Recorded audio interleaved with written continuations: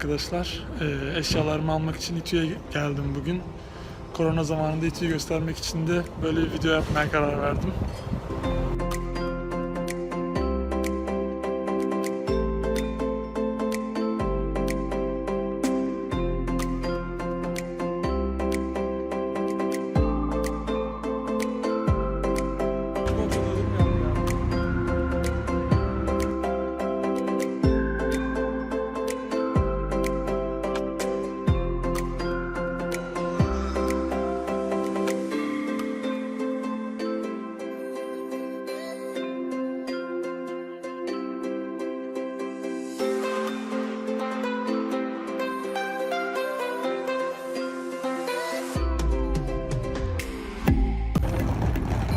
Burası bizim Linkpack dediğimiz yer ama artık linkler yok tabi.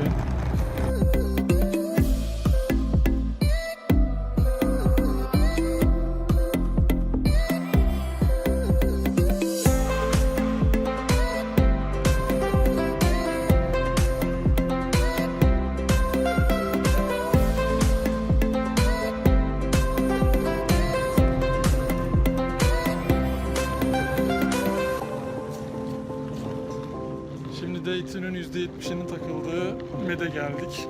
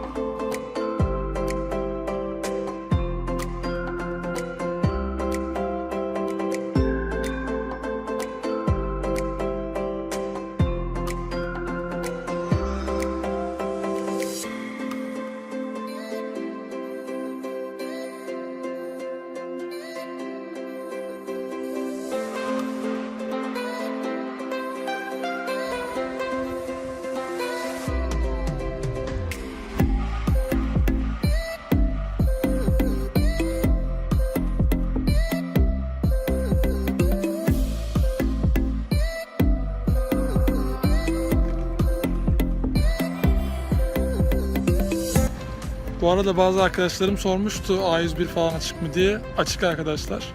Haberiniz olsun.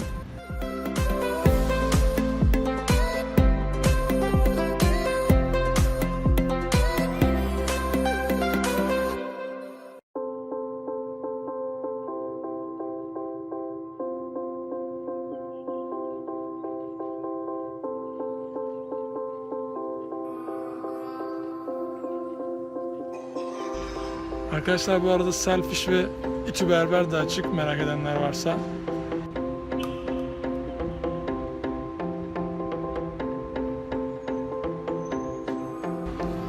Şimdi İTÜ Kütüphanesi'ne geldim. Buradaki en büyük değişiklik tabii ki de buradaki havuzun boşaltılması.